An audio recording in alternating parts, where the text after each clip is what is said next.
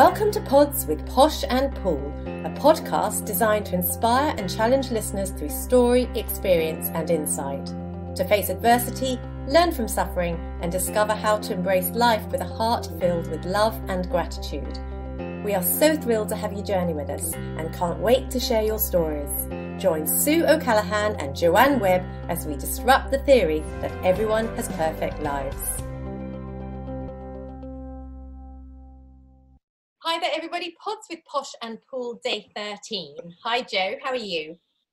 Yeah, really good, thanks. How are you doing today? I'm good. We're rather late in the day because we have actually been recording all day some really exciting podcasts. But today we are on day 13 of our podcast releases for lockdown, and we are speaking on sitting in unknown, which is actually very relevant for us today because we've done lots of things that we do not know about. We're very much in the unknown. We're pretty much always in the unknown, aren't we, Sue, to be fair? Because what actually do we know when we think about it? What we really only know is what's familiar to us, and that's what we've been talking all day about certain things, but what actually do we know? But right now, everything seems very unknown, doesn't it? We don't know how long this lockdown's going to continue. We don't know how far the virus is going to spread. We don't know even if lockdown is actually working in the country yet. There's so many unknowns right now. But it's interesting, isn't it? Because a year ago, you and I had never contemplated doing a podcast. So we started doing podcasts a year ago. We didn't have a clue what we were doing. So a year down the line, almost, we have a rough idea of how to record a podcast, how to release it onto various different sites, how to transfer that into YouTube and all the different social media sites. So we've learned quite a lot. Whereas now we found ourselves sitting in lockdown, like our listeners, not knowing, as you say, where we're going. So we're again sitting in the unknown. And when we look back on our life, we look back on events, it's easy to say, gosh, it makes sense now. When we're in it, it's much harder.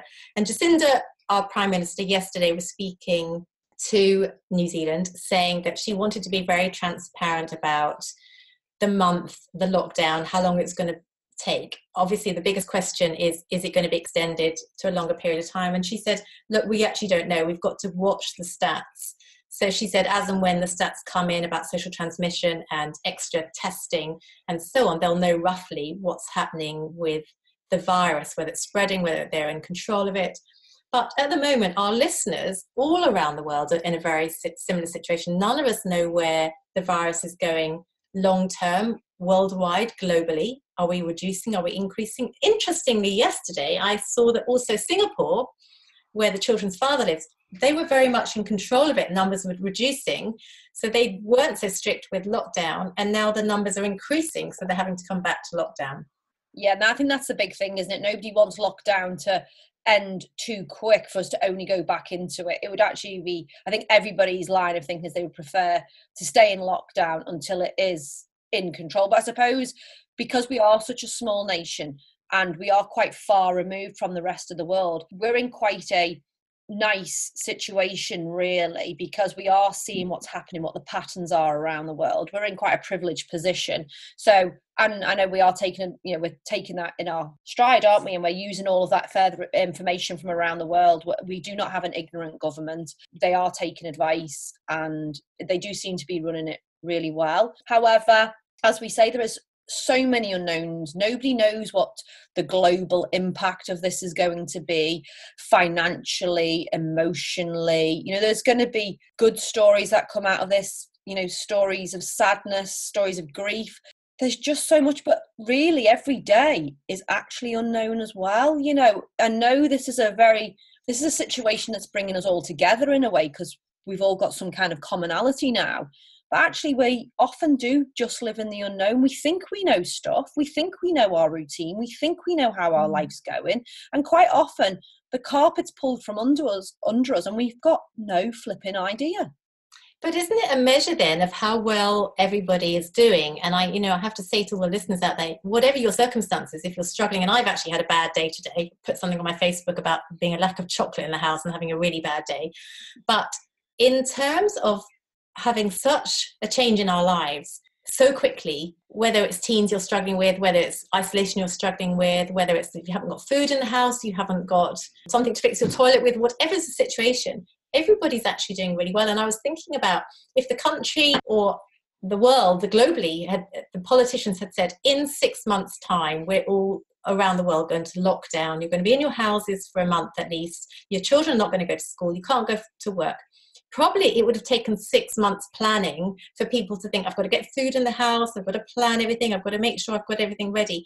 And it would have taken 6 months. And so therefore, isn't it a measure of how well everybody has done that literally overnight, the world has shut down globally. People have stopped going for work. Schools are shut down. We've had to get supplies in. We've had to manage children and our elderly relatives and friends and being in our bubbles. I think it's absolutely extraordinary to think we could have planned it for 6 months and it would have been panic. And yet everybody did it relatively smoothly in New Zealand over a period of 2 days. I think it's remarkable. And I think everybody should give themselves a pat on the back and say, it's pretty amazing what everyone's done.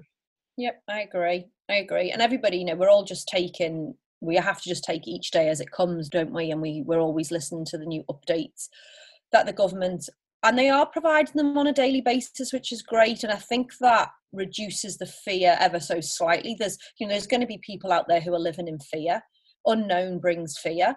But then there's people, we're talking to people on a daily basis, aren't we? And we're talking to many, many people. Most people are trying to make the best of the situation, that the people who we're coming into contact with. However, there is dire stories as well, but at the end of the day, we are all in the unknown. But I think it's really important to remember that we're always in the unknown. And how people start to work together and think of each other. I mean, we've talked today to a psychologist, we've talked today to a business owner, and the business owner was very much thinking about his employees, and he spoke about something I hadn't even considered, that most of his employees were over the age of 70. So even when he could stay open as a business before lockdown and we went into level 3, he lost his employees. He was on his own trying to run the shop, and everybody was rushing into the shop trying to buy everything last minute, and there he was. So everybody's in such a different situation. And yet everybody is coping. Everybody is doing remarkably well. I find it absolutely extraordinary to think how we can connect, how we can support each other and be there at a time. We all have our moments of madness, don't we? And it's you and I I've worked a lot on ourselves. We have growth mindset. We try to take each situation as it comes. However, we are still human as well. And we've had moments within these 10 days, these 2 weeks, where we've gone, and everything's just been very overwhelming, and we've wanted to escape, and wanted to run away, because that's being human, and that's just having compassion and kindness for yourself and accepting that some days or an hour of the day or a few minutes of the day might not seem as rosy as other times, or you might just have a few really bad days. That's okay. That's okay. We are all in the unknown.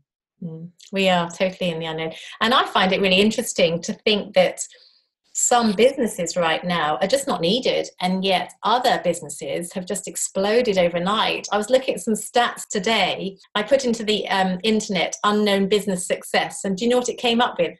It said that there's a 725% increase in interest in people buying dumbbells. It said there was a 532% increase in people wanting to buy vitamin C gummies. Do you know what gummies was? It's gummies, the little bears. No, they will just be a little chewy vitamin C. But because we're told to have vitamin C and zinc, aren't we? We're told that boost our immune system, that will help our immunity. So that all totally makes sense. And you dropped some off in my letterbox, actually, didn't you? I did. Powdered milk up 516%. B-days up 379%. That's because every bugger went out and bought the toilet rolls. Silly people. Silly. Bread makers up 374%. External monitors, which I guess is a computer monitor, isn't it? As opposed to a laptop. Maybe, who knows? 160%. Freeze-dried food up 131%. And a mouse or mice for laptops up 85%. It makes total sense, really, doesn't it? Doesn't say loo rolls, though. What do you think loo rolls would be? It must top the whole lot. Maybe. I know, crazy, but makes sense. Okay, my little quote of the day. We do not fear the unknown. We fear what we think we know about the unknown. And that was by Teal Swan. And I just think that's really quite fitting, because how can you fear the unknown? Because we don't know what the heck is going to happen in the unknown. We fear what we think we know. So this is where we are in the unknown now. So people may be thinking things like, oh my God, I'm going to lose my house because I can't pay my mortgage. Oh my goodness, how am I going to pay my rent? I'm going to be in rent arrears. Oh my goodness, where am I going to find money to buy food? Oh my goodness, what if there's no job at the end of this? I've got no job. If there's no job, I can't do this, I can't do that. Everything's going to be awful. It's fearing something you think about the unknown. At the end of the day, we are all in a situation. Most people have got no idea how they're going to pay the mortgage. A lot of people have got no idea how they're going to pay the rent. Some people don't know how they're going to buy food. There's lots of people in the same situation, but it's thinking about, if that is your actual reality here and now, yes, of course, it's something you have to address. How am I going to pay the rent this week? Yes, it is something you have to think about. However, if you're thinking about 6 months down the line, oh, goodness, if we stay on lockdown for 6 months and I can't pay my business rent, I'm going to have to shut my business.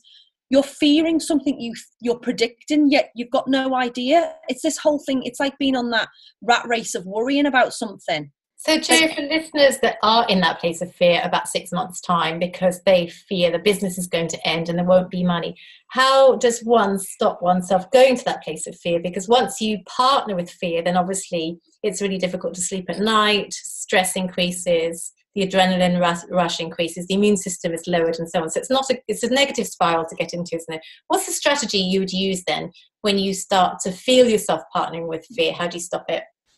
It's a little bit like when you're on the process of having an anxiety attack, isn't it? You go from a level 1 to 10. And once you're at level 10, the anxiety attack's going to happen. You cannot stop it. Mm-hmm. However, if you start to notice the warning signs, you can pull yourself back at a 3 or a 4 or maybe a 5. But once you tip over the edge, you're heading towards your anxiety attack.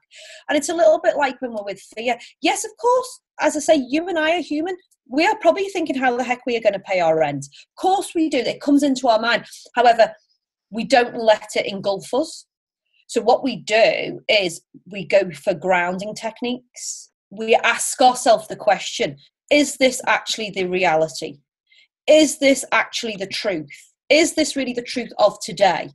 And then there's other techniques you can use. Once you've answered the questions, once you've actually, because we are so good at telling ourselves a story. So we've built up a story about 6 months' time, about all the outcomes that can happen, all these negative things. But also there's a lot of positive things that could happen. So ask yourself, is the story you're telling yourself accurate? Is it the truth? Is it based on facts? Because often we can go, actually, we just don't know. And think also back in your life, this is another good thing to do. Sometimes things have happened to us and we've gone, oh my God, the worst thing's just happened. I.e., you've lost your job. And then 2 months later, you get another job. And 2 months after that, you go, oh my goodness, this is like the best job I've ever had. I'm so glad I lost my job. Yeah, 4 months ago, you would never have said that. It was the worst time of your life. So we label things as good and bad. We are so easy and quick to label situations. Is there really a good or a bad? Or is it just is? Yeah. It just is.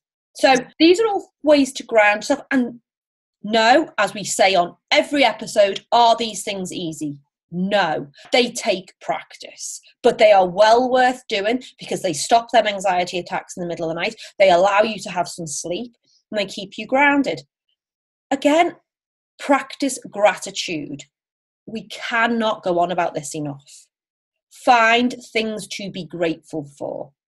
Because none of us know if we're going to have our house in 6 months. But I'm pretty sure the way the world's going, something's going to have to happen for all of those people who can't pay their mortgage and pay their rent. They're not just going to stick us all on a scrap heap and leave us to it.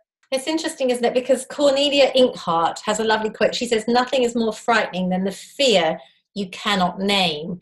So what you're talking about is our mind is jumping to conclusions. It's preempting what might happen.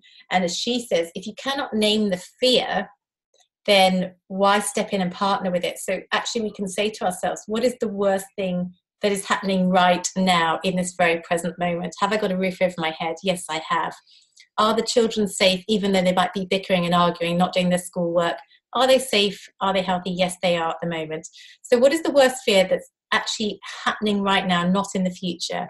Because when we're in it, we have to face reality. And then when we look back, we can say we've always had a roof over our head. There's always been some money coming that's supported us for food, or people have always dropped something to the letterbox to support us when we've not had anything. So have I always been okay? Yes, I have. What is the worst fear that happened? If you cannot name that fear, then don't partner with it. And it is catching it, isn't it? As you say, if you go from a level 1 to 10, it's catching it before it happens. Absolutely. So those people listening, what at the moment is your greatest fear of the unknown? And is it something that your mind is inventing, making up? Because there is a bigger picture. A few days ago, none of us would have comprehended the whole world would stop in an instant, globally, everywhere. And none of us can also comprehend how we might come out of this. It might just, the virus might stop overnight. It might be that there's incredible transformation. None of us know. So the other way of partnering with the future is actually to be excited by it. And that's when you come into gratitude. What if everybody woke up to what's really important in life? What if suddenly people really built connection? What if people really realized how much they appreciated me and I appreciate them? So therefore, when this is all over, what's the first thing I'm going to go and do? And to wake up in the morning, convert that sense of fear about the future into, wow, what can I be really excited by? And Joe and I are very much about the two extremities in life, the dichotomy of extremes, and we can partner with one or the other. We can bring the two together, or we can say, I'm not going to partner with fear. I'm going to come into a sense of happiness, excitement, and prosperity, and therefore draw it into my life. And I think ending on this quote is a really good one, because everything that you've just said brings us together. It says, how can you know what you're capable of if you don't embrace the unknown? And that's by Esmeralda Santiago. How can we know what we're capable of? We are capable of so much. Please do not underestimate yourself. Think about all the things you've survived. Think about all the things you've got through already in life. Life throws things at us daily, weekly, monthly, yearly. There's always things. We always get to the end of the year and we think, next year is going to be great. You know, this is how people think, how they operate as New Year comes along. And then next year comes along and it's not really what you expected. It's the unknown. So please believe in yourself and know that you have capabilities which go so deep and maybe you haven't even discovered yet. So have faith in yourself, because the unknown can be scary if you allow it to be. And also, well done. Well done to all of you who are listening, because it takes courage to do what you have done for the last 12, 13 days. I know in Italy and Spain it's a bit longer, England, Singapore a bit behind us. So we're all at different stages, but just give yourself a pat on the back. And if you've had a bad day like me, just say it's okay, because we're going to have bad days. We can't be perfect all the time. And Joe and I were talking to psychologists earlier, and we were just saying we're all doing the best we can do in the circumstances that we're in, with the situations that present, and we haven't planned for this like we normally do with work. We normally have schedules and routines. We haven't got that in place. So I think everybody's doing remarkably well. I'm actually so impressed by how the transition has gone from everybody being in the workplace to this. And we look forward to joining us on day 14. We will be back tomorrow. Thanks so much for being with us today. For us to inspire others to live their magnificently imperfect life, please subscribe and leave us a 5-star review on iTunes or on your podcast app. You can also follow us on Instagram and Facebook at Pods with Posh and Pool. We can't wait for you to join us on our next episode. Love, light and peace.